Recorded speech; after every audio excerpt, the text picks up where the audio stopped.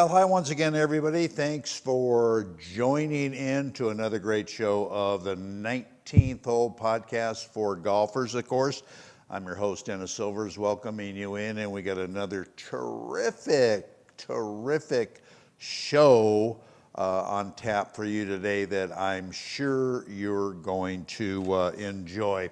Anyway, we've got great weather out here in Las Vegas. It's been upper 60s, 70 degrees. I played the other day. Fabulous, no wind.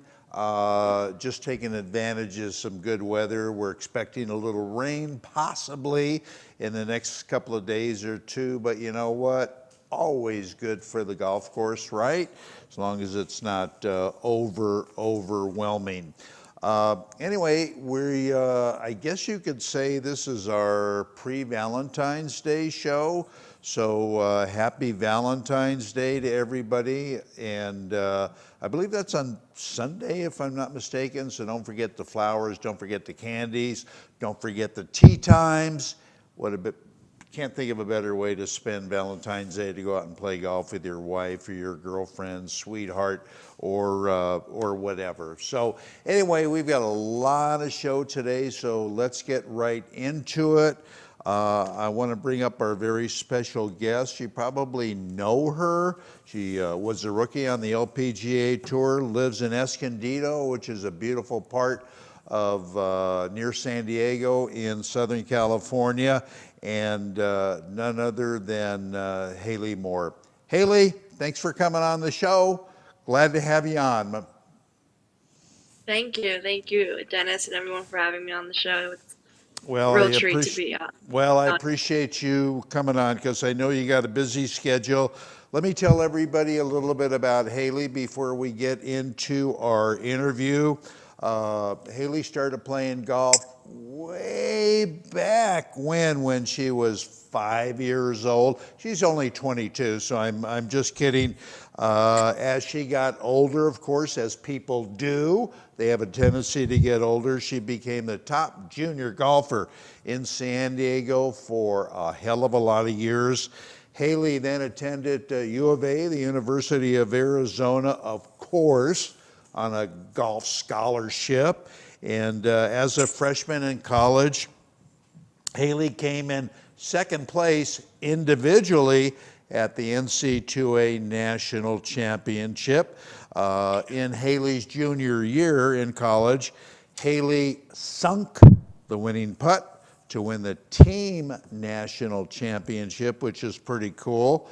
And then Haley graduated college with a degree in general studies, sports, and did I read this right, Haley?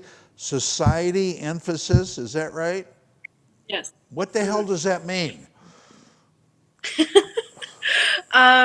It was kind of the simple major that a lot of the athletes did, Yeah. but they had a general studies program, and there was a sports and society emphasis.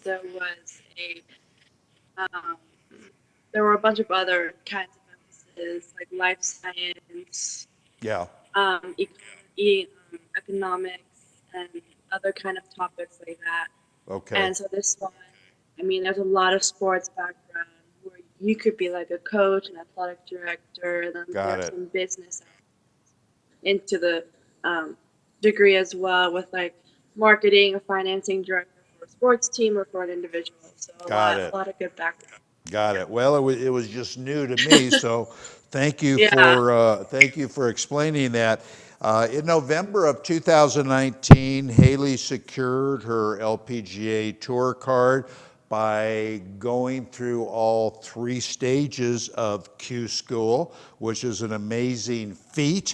2021 season was the rookie season on the LPGA Tour.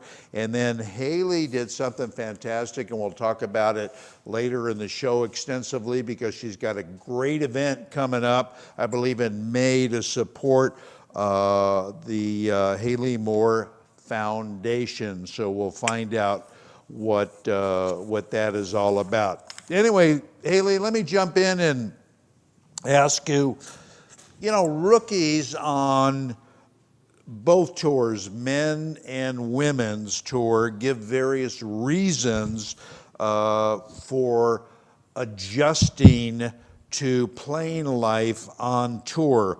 You know, like them having to get used to the travel, the hotels, getting to the various courses, getting used to other players that are new to them. What was it for you about getting used to playing on tour? What was your, not so much a concern, but what got your attention the most? So it was kind of different just because I mean COVID came right when the season was going to really start beginning in March of 2020, and so we really weren't sure what was going to happen. But once we did have a schedule and plan starting in July, I would say the traveling was the main part because we had started it in Ohio for 2 weeks, and then we were gonna go straight over to Europe for 2 weeks and have an event there, and then we fly Right. straight back U.S. bound to Arkansas. And so I think just kind of that's like 4 or 5 weeks in a row without having a break, and I think that kind of takes the toll on the rookies first. Just going from time zone to time zone, you really have to um, make sure your body is physically still there, and and mentally is very important as Sure. well. And I mean, sometimes 4 to 5 weeks could be too much for some players. So they're like, okay, this next week I have to take off, no matter if there's a tournament. I need my body to rest or anything like that. Right. So I think the traveling was the main part, and I mean, we're gonna be starting up here in a couple weeks, pretty much full go, and so with the full schedule this year, we'll definitely be all rookies and players will be put to the test now. Right. Exactly what is put in place with our scheduling and Yeah. everything. Yeah. Would you say that with the unfortunate situation of having COVID, you were able to take advantage of that in the sense that, of course, you had to spend some more time at home working with your instructor, hitting some golf balls, tuning up your game. So did that turn out to be an advantage to you, Haley? Yeah, definitely. Just because when we had restarted, we were informed that basically our status had gained through Q series or whatever was gonna come over to the 2021 season. So we knew that whatever tournaments we play in, no matter if we make cuts, miss cuts, or whatever, we knew that our status wasn't going to change and that we would have that same status. So even if we didn't have the best finishes, it wasn't going to affect our status out there. Yeah. And so that was kind of great to hear. And so it was kind of like as I would say, like a free kind of warm up.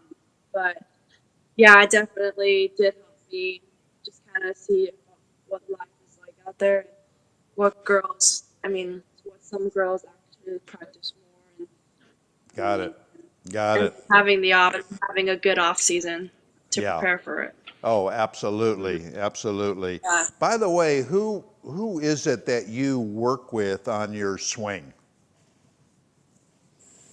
So I work with a guy from Maryland. His name is Brad Patterson. He's still a little teaching pro kind of through does a lot of video work, and I kind of started working with him in the middle of my season. Season. Yeah. Now he's also involved Yeah, in your foundation, correct?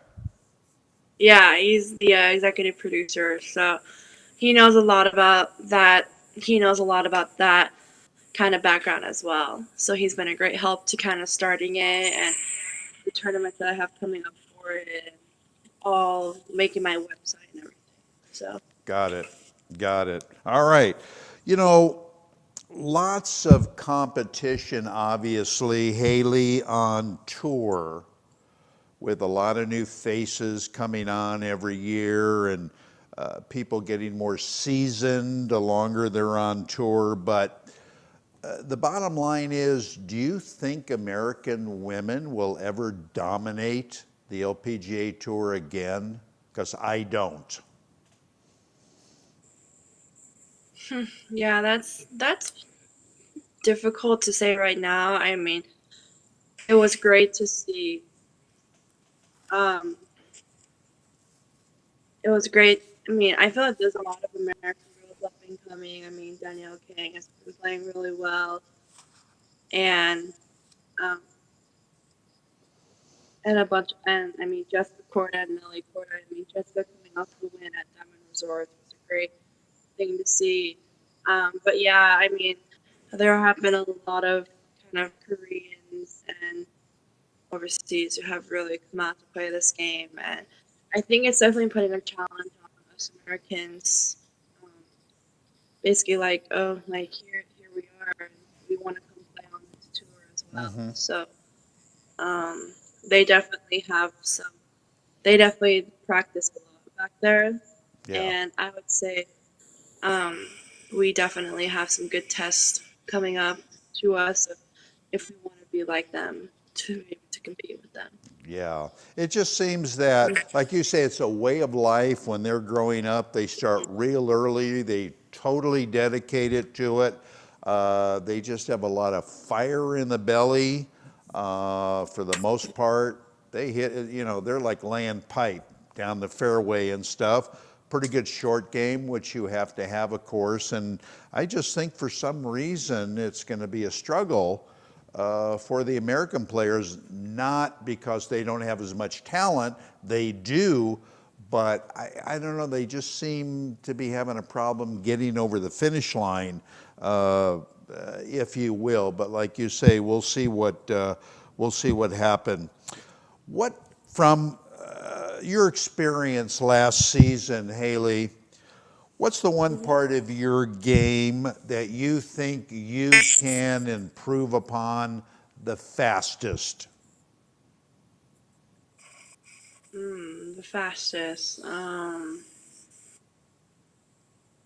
That's a good one. I mean, a big struggle last year that I had was my up and down game and short game. But I've been putting a lot of effort into that more. And then one of my strengths was my putting. Kind of got a little bit off guard the last couple of months, and I have been working really hard on it, and I've been seeing a lot of improvement these last couple of weeks with it. We're just kind of playing out at my local country club with some people. So I would say I think my putting and my ball striking is starting to get a lot better than what it was. And I think that's going to be something that's going to be key, I think, is having consistent ball striking. Yeah. Like, even if the ball may not go where you want it to, as long as you're either on the green still, at least giving yourself a chance for birdie out there, no matter if it's farther than what you were expected to or closer than what you wanted. I think just as long as you're striking it consistently out there, Yeah. that's something that you're like on the right track of. Yeah, no, I totally agree. And you, number one, it always helps to be in play. Number two, you got to get it on the green, but the whole idea is to get it a little bit closer, maybe, so you have a good chance to roll in some putts and make some birdies. That's obviously important for everybody. All right, I'll tell you what, Haley, stay with us. We're going to step away. We're going to take a short break right here, and when we come back for the 19th Hole podcast for golfers, we're going to have a lot more with our special guest, Haley Moore, LPGA Tour player. Stay with us. We're back at you right after this. As golfers, we want instant gratification when it comes to a better golf swing and playing better golf. Impossible, you say? Not anymore. Golf Boost Artificial Intelligence, AI, has developed and patented the most advanced swing analysis technology in golf. Simply, the algorithms detect your body position and then analyze your golf swing using their artificial intelligence technology. The AI captures all the relevant data from your swing video and then presents you a personalized lesson. Golf Boost AI is the ultimate swing analysis and virtual instruction system for golfers of all ages and abilities. This sophisticated software takes into consideration your height and build, playing level, and returns the ideal solution for your swing. Bottom line, Golf Boost AI is an incredibly convenient and cost-effective tool for golfers to improve their swing. Go to golfboost.com and check it out. The app is free to download and try. Visit golfboost.com today. When it comes to golf, I'm a man of few words, as you'll see. Looking for out-of-this-world technology in your golf ball? Encore Golf. Looking for exceptional performance and durability? Encore Golf. Looking for the best performing ball for the price? Encore Golf. Check them out at Encore Golf, that's ONCORE golf.com. Your scores will thank you.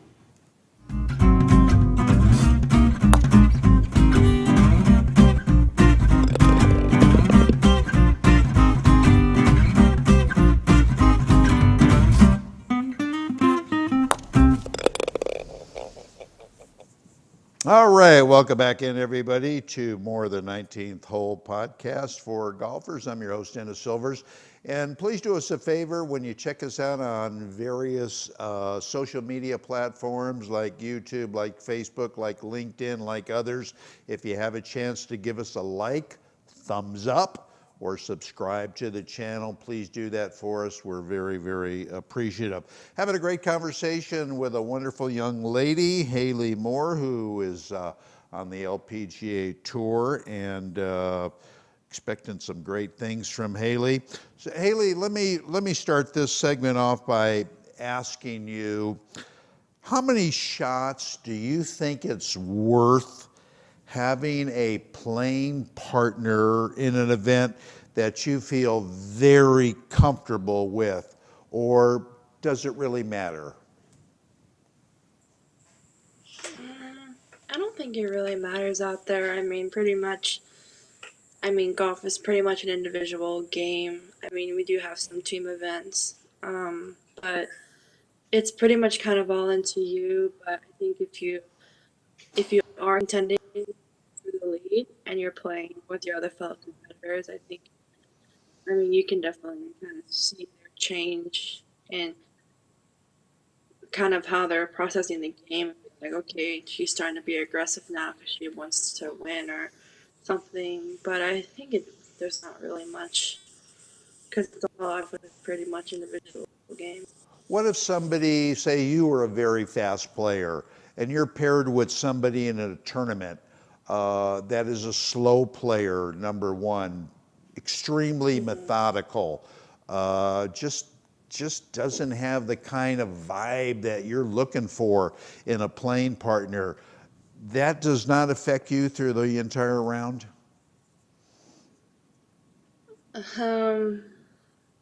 I think it's here and there. I have, when I was kind of going through Q school, I had some slower players in my group, and I was just kind of waiting by the tee. I was just like, oh, come on, just hit the ball already, or it's in the fairway. But I think I was just kind of focused on my game plan and everything, where I just kind of, it would bug me at first, but at least I'm keeping ahead, trying to maintain the pace of play, and I'm sticking with my normal routine out there. If we would get behind or get put on the clock, I can pretty much tell myself that I'm not a slow player, so I just stick with my normal routine. I don't speed up or anything because I know it's not me. And so I did a couple times, I did a couple times change it, but I realized that I don't need to because it's not me. And so I just kind of stick with my game plan on what I have, and then if we do get a little bit slow, sometimes it might be kind of in the fairway if we're deciding on a club, so then we find a way to kind of pick it up a little bit, but it really doesn't affect me as much. Well, that's good to know. And keeping in that vein, Haley, what's the best way that you handle pressure? Everybody handles pressure a little bit differently, I think. But how does Haley Moore handle pressure? I would say I kind of just handle it by, if I do feel under pressure, I just kind of I just kind of take some deep breaths and just kind of just talk positive to myself. Like, this is what the professional lifestyle kind of is like out here. Mm-hmm. You're competing out here to win as much money as you can. And I mean, the first place gets the most money, and Right. we're all competing for that prize. So there's going to be pressure, and you just kind of have to stick with whatever your game plan is going into that week. Don't change anything. I mean, if you do have to change something, maybe trying to go after more pins, then you might have to, but you really don't want to make major changes, because you know if it's been working, then it's been working, or if it doesn't, then it'll be like, okay, you gotta change it up a little bit, and so Right. that might put more pressure on you. But Mm-hmm. if you have to do changes, you know you're changing it because you just felt the pressure and you really need to. Um, yeah. You got to be flexible, I think is what you're Yeah. trying to say. You got to kind of go Yeah. go with Yeah. the That's what I flow. meant. Yeah, and I get that. What Yeah. makes a good caddy in the mind of Haley Moore? And tell us about your caddy. So yeah, a good caddy, I feel like in my mind is one. I mean, they're there for me, because most caddies really know that not every shot that we're gonna hit is perfect, and so you pretty much be like, if we do get in trouble, then they kind of I start walking up with her like, okay, we may have an open shot, we may not. And so whatever we have, we just got to figure out the best way to put the ball back in play and be able to make par, or still be able to make birdie. If we got in trouble on a par five Yeah. in our first shot, we could still make birdie the hard way of making it a 3-shot.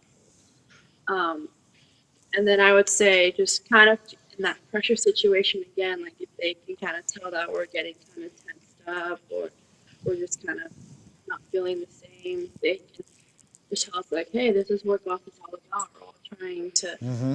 compete for the first prize, and they'll kind of just tell us to kind of calm down, or kind of just sometimes they just not have us think about golf. We talk about other stuff, and we're not even thinking about the next shot. We're just kind of talking about random stuff as we're walking down the fairway, and then once we get to that, then we kind of focus on that shot instead of talking about it 100 yards away from it, or we're walking into the fairway to it.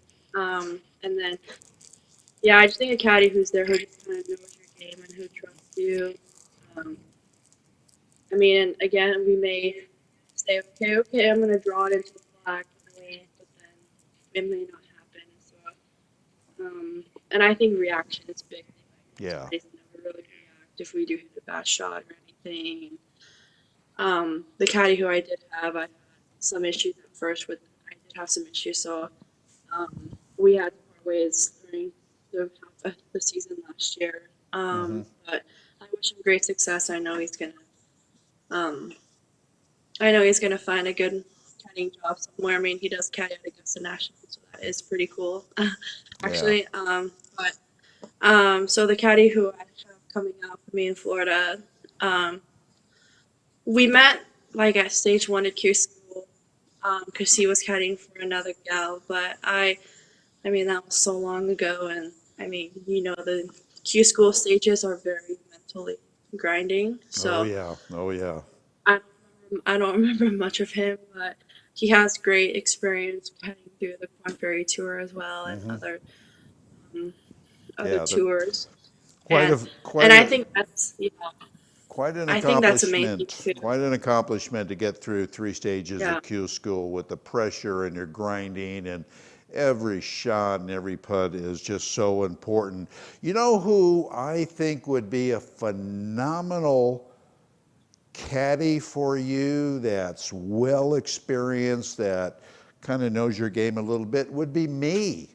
I'd be a great caddy for you, Haley, but I don't know. It just, you couldn't afford me. That's the only damn problem. But anyway, it would be so much fun to walk around with you. Speaking of pressure, Haley, and don't take this the wrong way, I've kind of been checking out your stats a little bit, and it seems that you first round scores, you seem to be sputtering a little bit, and most of them, you're a shot or two over par. There's 100 reasons why that can happen. What do you think the cause of that is for? Why do you think that happened to you? I think it's just that, I mean, I have a pretty good front nine, and then once I get to the back nine or something, I think I um, just kind of start trying to be more aggressive when I shouldn't. Yeah. Um, where I just kind of have to stick to whatever my plan is to going into that hole. And sometimes when I just see the pin tucked, I might either play a little too safe or I just don't hit the best shot. And I mean, I've had some shots where I totally short side myself, so I put it in the wrong place I could, Right. and I really have to bear down and try to get up and down. But then I think another thing too, mostly on the second day, is, I mean, when I do go over par on the second day, I'm really thinking like, okay, we're playing now to make the cut, and I think that just kind of puts more pressure on me. Right. Where Oh, totally. if I'm like towards the bottom of making the cut, I really have to kind of just, I mean, do I just kind of start playing safe and making pars, and hopefully I can survive out here, or do I really have to be aggressive and go like really on the par to get into the cut and move on to the weekend? And so, I mean, that's kind of something that I've been working on, like during this off season. It's just kind of really some of these courses I have played before coming up, but some I haven't. So I just have to, when I play my practice rounds, just really look at where I can miss it and Right. know that I can still get at least a par on the hole and not Yeah. have a big number. And that's very common. That happens to so many Yeah. players, even seasoned players. You know, they'll start off with a bad first round. They know they want to make the cut. They get a little aggressive. So it's not, believe me, it's not on you. It's a very common thing. All right, I'll tell you what, Haley, we're going to step away again. We're going to take another break. And before we go to break, we're going to have our weekly game improvement tip by a great PGA teacher, Adam Bazalgate, who runs the Scratch Golf Academy. So stay with us. Back more with Haley Moore. So stay with us.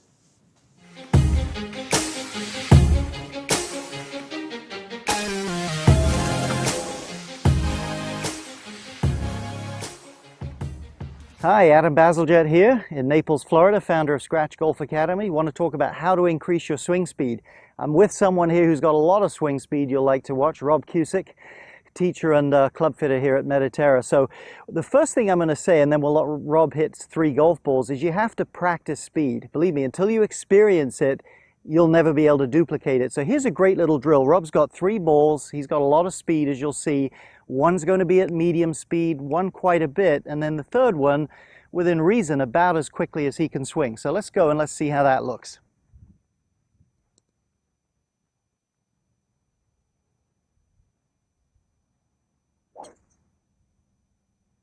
For Rob, that's fairly smooth.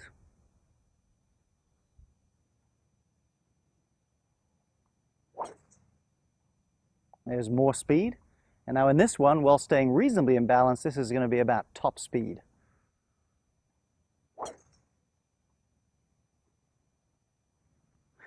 Okay, I hope that was helpful for you to see Rob hit those balls. Believe me, in other sports, they train for speed, and you have to be able to feel the difference between a lot and not so much to duplicate it. Now, I've got a whole free course on creating more speed with all your clubs and some strategies. You can touch here and get that for free. I invite you to do that.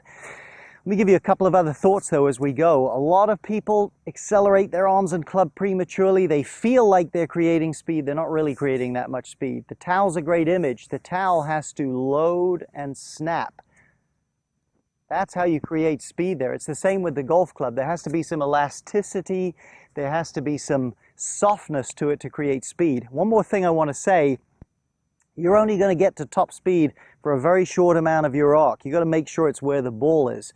So some practice swings with the driver is a great thing to do. You can hear the loudest part of your swoosh through impact or as you swing, and you want to time that right down there at the bottom. You may be able to hear that on this video. So again, elasticity, we're not trying to create arm speed, and maximum speed right there at the bottom. Do that at different speeds too. Train your timing and you'll have a lot more success. If you like this video, tap the thumbs up, will get you subscribed to the channel, get you more free content. If you have questions or comments about your swings, put it in the box below. I'll get to that if I can.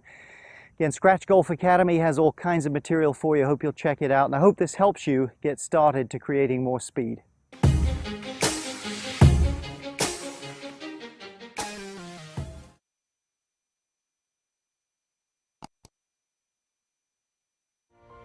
Dr. Christopher Choi has long been recognized as one of the top concierge doctors in Las Vegas. Dr. Choi and the entire staff at Comprehensive Wellness Center have earned the reputation of unsurpassed medical care and service to all of their patients. In a continuing effort to always advance his practice, Dr. Choi is now offering an additional service to his current patients, as well as new patients. It's the latest, most advanced laser therapy treatment available. It's true, being in great physical health is very important, but so is the mental boost you get when you know you look your best. Whether you want to lose those wrinkles, diminish those acne scars, decrease pigmentation, skin tightening, or permanent fat reduction, this procedure is the answer.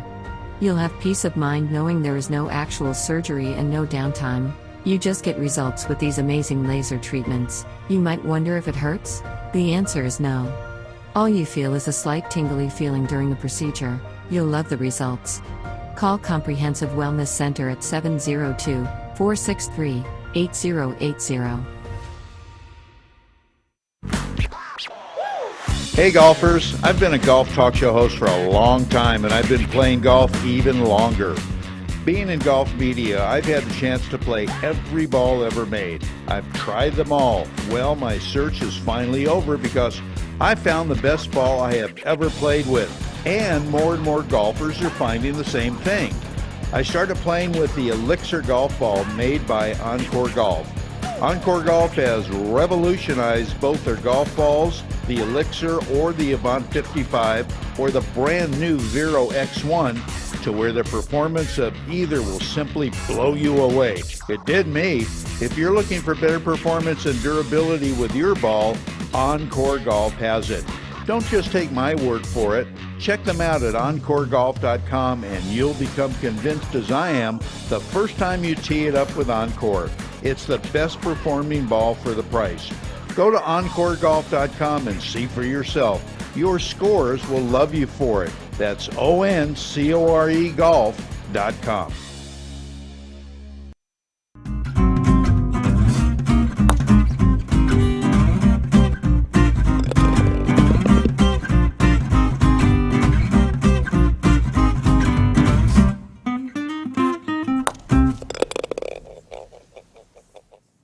All right, welcome back, everybody. We're kind of finishing up the back nine, to use a phrase, and we're having a great conversation. We have a great guest on the show today, LPGA player Haley Moore. And Haley, a couple questions I want to get into. Number one, why did you pick U of A to go to college, other than the fact you got a golf scholarship? I mean, it was pretty cool. My brother is 2 years older than me, and so he was at the time, we were kind of going to kind of colleges together just because he was being highly recruited as well, and so I just decided to tag along with him to go visit U of A. And when I just really saw the campus, I just kind of fell in love with it right away. And I kind of have a funny kind of story too. I wasn't. We had just got done with the tournament in Phoenix, and then we were gonna drive down to Tucson the next day and do it. And I wasn't feeling the best. I must have had something bad to eat or something. My stomach was just not feeling well. I I was kind of throwing up all night, and I was like, oh no, I don't know. I mean, I may have to cancel this visit, but I was like, no, I'm just gonna go and hopefully I feel okay. And I was doing really well. I let them know that I was just a little under the weather, but I was still gonna go see the campus and everything, and it was all going good. And then I started feeling well. I had to go into the bathroom. Really, just kind of calm down. And what was kind of great was the head coach kind of she was like, "Oh my gosh, like why did this have to happen?" Like she had thought that, oh, like they're not gonna want her, but the head coach really kind of stepped in and was got me some water and Powerade and made sure I was okay. And just kind of when I saw that moment, I just kind of knew that she is going to be there for her team, for her whole team and all of her girls. Like she knows that even though I'm 6.5 hours away, it's still pretty far, and that my mom's not going to be there 24/7. So Yeah. the coach would be like my mom, and the assistant coach would be like my dad too, and so Yeah. that was great to see. But just all the history, I mean, with Annika going there, and now they go up as Lorena Ochoa with a bunch of It's a wonderful golfers school. too. It's a Yeah, wonderful school. That's a yeah, nice story. I personally would have said, keep the water, give me a beer. I'll get right back into things and stuff. But anyway, good for you. And yeah. you made quite an impression with your the years that you were at U of A. I always like to ask tour players this, Haley. If you had the chance, what is the one rule in golf that you would change or that you would like to see changed? That's a good one.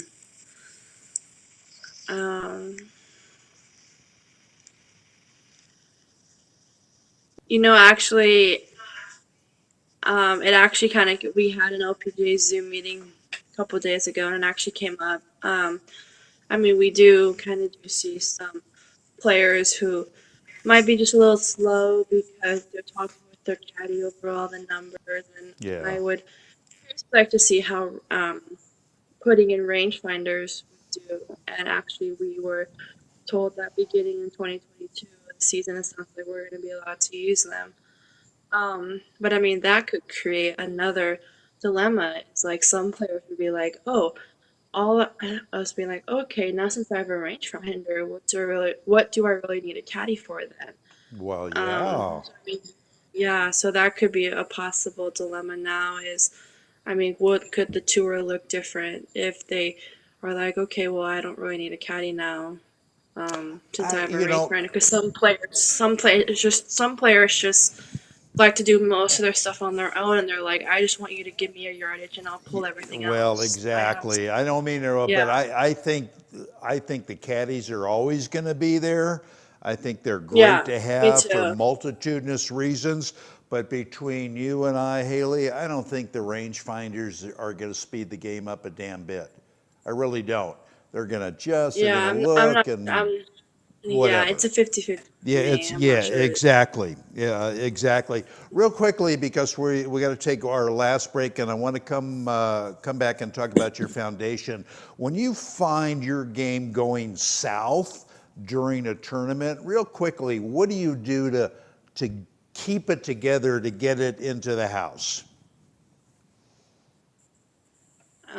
I just kind of talk positive to myself and be like, okay, nothing's going away, so just find the biggest part of the green, no matter if the pin is tough, hit it there, and just if you have a 40-footer or 30-footer, it's a flat putt, it's okay because you can just two putt it, and um, I just start playing safer, just because I know whatever kind of shot I'm trying to hit to be aggressive isn't working. It's costing me strokes.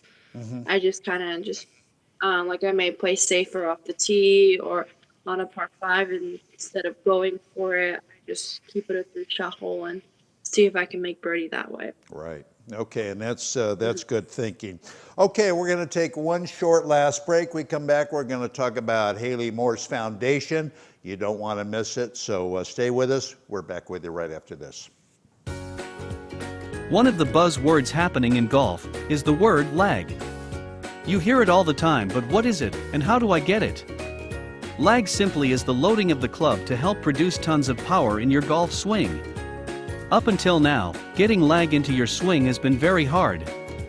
Introducing the lag shot, a brand new proven training aid being praised by some of the leading PGA Tour instructors across the globe.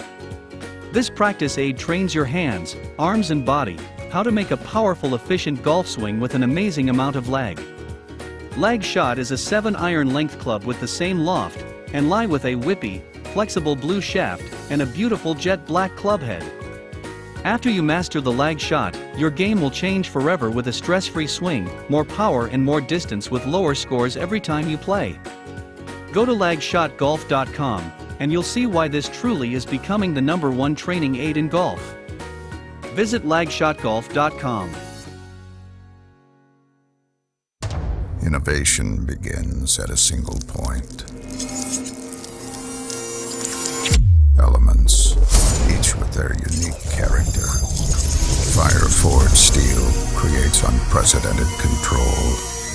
Chemistry delivers a touch so soft, combined to create a level of performance previously unimagined. Like magic, the Elixir, the new tour ball from Encore.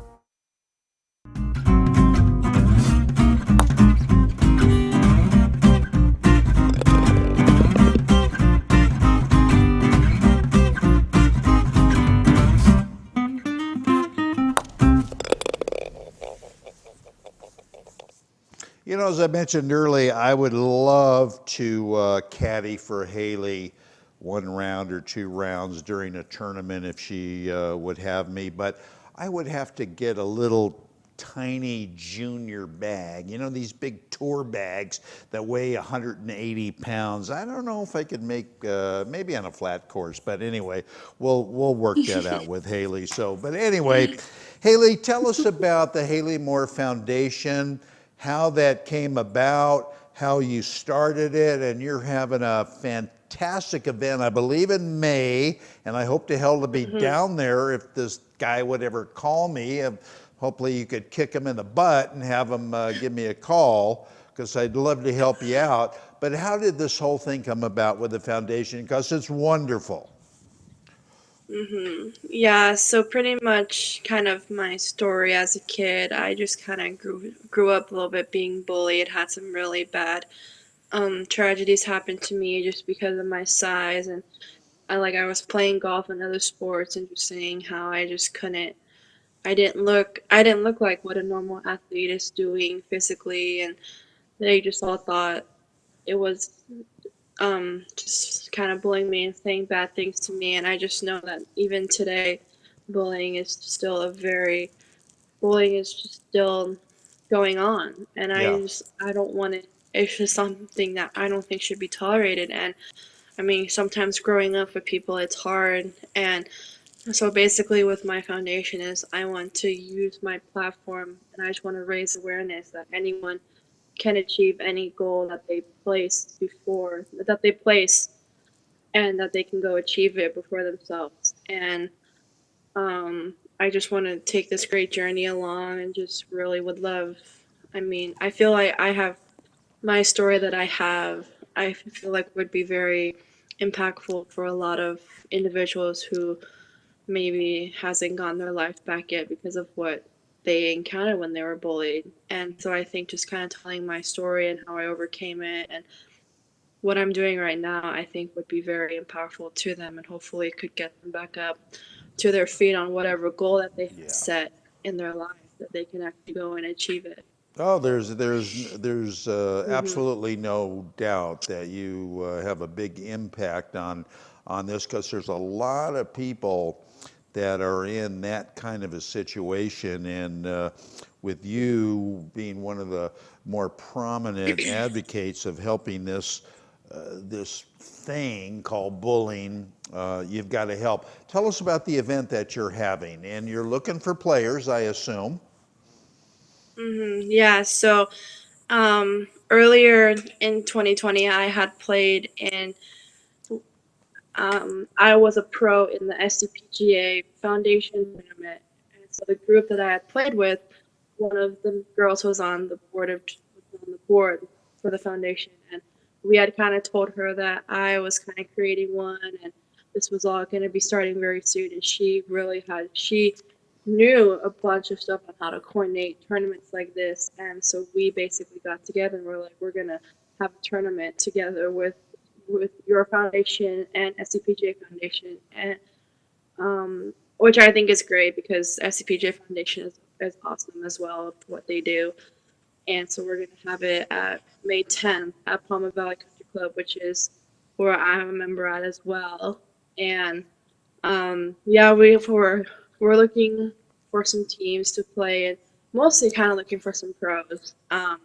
Like we can have teaching pros. We're also looking for any LPGA pros or any other pros out there who really want to come and play this great event. I think it'll be have some fun prizes, and we're trying to look for some good sponsors as well who want to sponsor the whole event, and we'll give out a great prize, and we'll have some good. And what's great is Palma Valley is it's kind of like a dream escape. It's this nice valley. They have great cottages at the resort there to stay at, and then there's a casino right down the road too for any of those money goers or any of those fun people who want to have a Yeah, good time. yeah. And it's a good And golf so course. what? Yeah, it's a great golf course. It's been renovated, and the clubhouse fully renovated. The cottage is renovated, absolutely beautiful, and you just have great views. And I think it's a great getaway. It'll be a great getaway for a couple of days. No, So, totally. Now, if somebody is interested in sponsorship or interested in playing, where do they go to? Do you have a website? Do you have a phone number? What? yeah, so pretty much my foundation website, which is HaleyMooreFoundation.org. Basically, you just go on the homepage and it'll have all the information about the tournament, and there'll be something that says I want to participate or click to sign up. You just hit that link, and then you can sign up through there. And then if you have questions about the event as well, there'll be two contacts. One contact will be Betty, who's part of the foundation as well, and then and then you have Matt, who's from Southern Cal PGA, who helps the foundation like set up the course and the tee times and have more questions as well. So those phone numbers or emails will be set up there as well that you can go and if you want more information, you can contact them. Yeah. All right. So HaleyMooreFoundation.org. And I sure as heck hope to be down there and see you and do whatever I can to help you out. So let your friend know. Anyway, Haley, I'm going to let you go. Thank you so much for all your time. Great information. We wish you nothing but the best on tour this year. Expect to see you in the winner's circle, and it's going to be a lot of fun for you. Thank you. It was great to be on here. Thank you for having me. Oh, my pleasure, and my best to your mom, Michelle. She's a wonderful gal. And we'll see you soon then, Haley. Thank you. Thank you. Yeah, Bye. see you. Thank you. Bye-bye. Bye-bye. Bye-bye. Anyway, that's going to wrap it up for this edition, another edition of the 19th Hole, a podcast for golfers. I've been your host, Dennis Silvers. Hope you enjoy the show. We love bringing it to you, and we're going to see you same place, same time next week. Until then, so long, everybody.